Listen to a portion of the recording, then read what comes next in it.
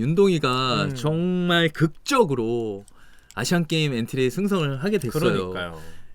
정말 이게 아시안게임 엔트리 교체 예의가 나올 때마다 윤동희라는 이름 석자가 계속해서 거론이 됐는데 네.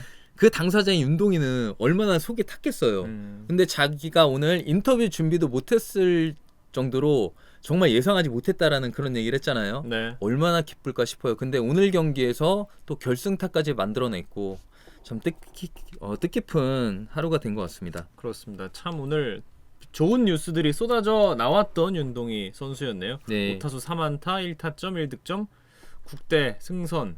또 이제 지난해 4경기밖에 치르지 않았고 올해 사실상 루키잖아요. 예. 이 선수가 이제 태극 마크를 달고 이제 항저우 아시안 게임 무대를 누비게 됩니다. 그런데 여기서 저희가 생각해봐야 될 문제가 왼손 선발 투수로 활용할 수 있는 이리가 빠지고 오른손 타자 윤동희, 외야 자원인 윤동희가 간단 말이죠. 네. 어떻게 보세요? 지금 투수가 빠지고 야수가 빈자리를 메운다. 저는 유진일 감독이 왼손 선발 투수들에 대한 미련을 버리고 대만전과 일본전에는 저는 문동주나 원태인이 나가지 않을까 이렇게 보고 있거든요. 지금 그래도 원태인과 문동주는 시즌을 조기에 마감하면서 아시안게임을 굉장히 착실하게 잘 준비를 하고 있잖아요. 회복기를 거쳐갖고 다시 감각을 살릴 수 있는 시기적인 여유도 있고 체력적으로도 다른 선수들보다 페어트레이스 일정을 빡빡하게 채우간 박세영이나 나균환보다는 그래도 충분한 휴식을 하고 있는 원태인이라든가 문동주가 일본전과 대만전 선발로 낙점되지 않을까 그렇게 예상하고 있습니다. 현재 아시안게임 엔트리에 투수가 11명 있는데요. 그 가운데 왼손 투수는 최지민과 김영규 불펜 자원이죠. 네, 리그에서는 불펜으로 뛰던 왼손 투수들이 되겠습니다. 말씀해주신 것처럼 아무래도 우리나라의 선발 투수들은 모두 우투수들이 나서게 되겠네요. 힘들 거예요. 일본전에 특히 저는 왼손 투수가 없는 상태에서 일본을 상대한다. 저는 굉장히 고전을 할 거라고 예상하고 있습니다. 아, 참 왼손 불펜이 필요할 때 쓸 수 있는 카드는 최지민, 김영규 그리고 언더핸드 정우영 불펜으로는 이렇게 아무리 류중일 감독이 급하다고 해도 최지민과 김영규를 선발로 전환하지는 않을 거란 말이에요. 그렇죠. 그리고 또 페너트레이스에서 선발 경험이 없는 이 두 선수를 아시안게임이라는 단기전에서 그 짧은 시간 안에 선발로 적응시킨다? 이거는 말이 안 되는 소리고 어차피 우리나라의 오른손 투수들에게 금메달의 열쇠가 쥐어져 있다. 이 우투수들의 이 호투를 좀 기대해 봐야겠네요. 또 오늘 정대선 이야기를 잠깐 저는 루키들이 또 쏠쏠한 활약을 해드리고 보여줬던 싶은데 롯데죠. 저는 이 정대선 선수 깜짝 놀란 게요. 오늘 1군 첫 경기를 뛴 거예요. 데뷔전인데 김광현을 상대로 끈질긴 승부를 가져간 것도 모자라서 세 개의 타구를 다 정타로 만들어냈어요. 그리고 마지막에 타점을 만들어내 좌전 안타로 타점을 만들어내면서 결국 멀티히트를 만들어내는데 저는 기록과 성적도 중요하지만 이 선수가 경기 내내 보여줬던 밝은 모습, 미소를 잃지 않은 모습이 너무 쇼킹했던 거죠. 이 고등학교, 물론 세강고등학교 때도 청소년 대표 출신의 야구를 굉장히 잘했던 선수예요. 워낙에 잘했던 엘리트 코스 밟은 선수네요. 스타성이 있는 선수인데 그래도 1군 첫 경기에 저렇게 여유 있는 모습으로 데뷔전을 치른다? 충격적이었습니다. 데뷔전 김광현 상대였고요. 그리고 두 번째 안타 데뷔 첫 타점 내는 장면에서 투수는 세광고 선배 83년생 고효준이었습니다. 맞아요. 21살의 나이 차가 나는 대선배, 대학과 고등학교 선배의 공을 받아쳐서 데뷔 첫 타점도 뽑아냈던 멀티히트, 데뷔전 멀티히트의 정대선 선수였고 서동욱 선수라고 또 롯데에 있더라고요. 맞아요. 동명이인이죠. 이 서동욱 선수 역시 데뷔 7경기 만에 첫 안타를 신고하면서 롯데는 이제 루키들 보는 재미가 또 있었습니다. 정대선은 앞으로 롯데가 좀 키워볼 만한 가치가 있을 것 같습니다. 그러면서 오늘 또 정대선 선수가 인터뷰도 또 하게 됐죠. 발도 굉장히 빠른 선수고 일단 어렸을 때부터 엘리트 코스를 밟아왔고 팀의 중심 선수였기 때문에 롯데에서도 어떤 축이 될 수 있는, 중심이 될 수 있는, 스타가 될 수 있는 그러한 발자취를 네. 겪어왔다, 걸어왔다. NC 미미님께서 짚어주시기를 김영규도 선발 경험은 있다.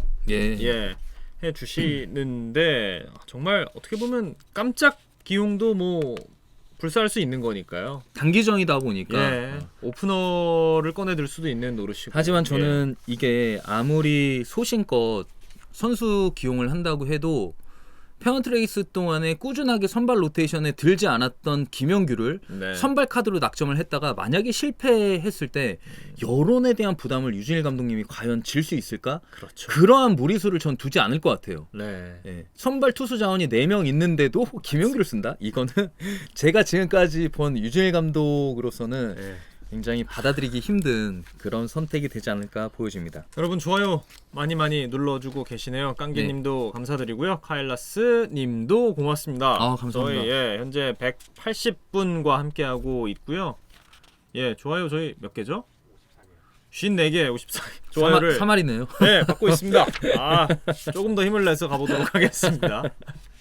네, 롯데와 SSG 오늘 또 박세웅과 김광현의 선발 맞대결이었습니다. 그러니까 SSG가 너무 힘든 거는 어제 엘리아스가 두 번째 투수로 올라와서 7이닝 동안에 무실점으로 틀어 막았잖아요. 그러니까 예전 같으면은 김광현이 나왔을 때 야수들이 오늘 이겼네 이런 마음으로 경기에 출전을 한단 말이에요. 근데 김광현이 이 실점으로 잘 끌어줬지만 예전 같은 위력을 보여주지 못한다. 그러니까 한 경기를 확실하게 잡아주는 모습이 많이 사라졌다. 너무 마음이 아픈 거죠. 7이닝 3실점을 해주긴 했는데 그러니까 예전 같았으면은 SSG가 이렇게 힘든 상황에 있을 때 그 연패 스토퍼의 역할을 무조건 해줬던 김광현이 그러한 힘이 약간 사그라든 그런 느낌? 김광현이 나오면 야수들도 조금 더 결집하는 모습을 보여줬었는데 절대적인 신뢰를 받았던 선수였죠. 슬라이더가 슬로우더가 되고 라이더님이 슬라이더가 슬로우더 김광현의 슬라이더가 자꾸만 방망이에 걸치고 타이밍에 맞는다라는 게 결국은 꺾이는 각이라든가 예리함이라든가 구속 자체가 밋밋해졌다라는 반증이에요. 타겟책을 또 찾았으면 좋겠습니다. 아무리 뭐 노련미로 오승환도 그렇지만 노련미로 경기를 풀어나간다고 하지만 타자들의 스킬이라든가 또 테크닉이 너무 많이 상향이 됐어요. 발전이 됐어요. 타자들의 발전이 더 빠르다면서요? 그럼요. 투수로 정상급 투수로 살아남기가 그만큼 어려운 것 같습니다. 더 어려워지는 것 같아요. KBO 리그에서.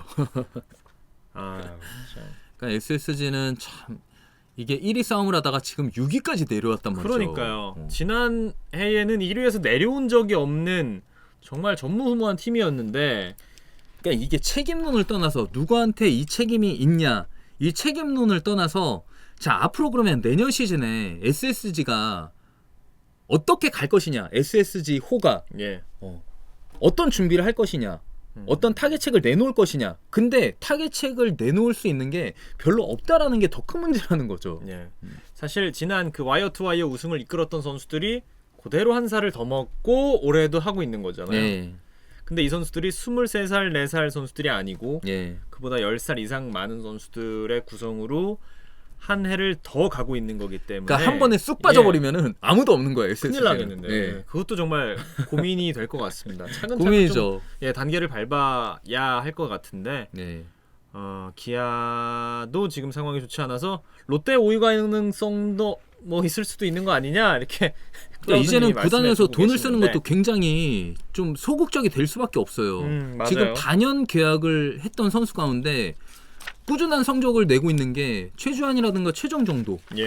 추신수도 연봉 대비 지금 페넌트레이스 성적은 그닥 좋지 못하단 말이죠. 추신수 선수가 오늘 리드오프로 홈런을 치면서 10홈런을 성공하면서 3년 연속 두 자릿수 홈런을 기록하긴 했습니다만 홈런 페이스가 조금씩 내려오고 그러니까 추신수라는 이름값에 비해서는 훨씬 못 미치는 성적임에는 분명하다. 그러니까 SSG가 어느 정도의 금액을 어떤 선수한테 베팅을 할 것이냐 여기에 대해서 이제는 상당히 조심스러워질 수밖에 없다. 왜냐하면 지금까지 실패한 사례들 한유섬이라든가 박종훈에게 너무 큰 돈을 안겨주면서 이재현도 마찬가지. 맞죠. 그 효과를 보지 못했단 말이에요. 네. 자, SSG 랜더스는 오늘 패하면서 6위가 됐고요. 네. 반면에 오늘 승리하면서 5위로 올라가게 된 마지막 경기 만나보도록 하겠습니다.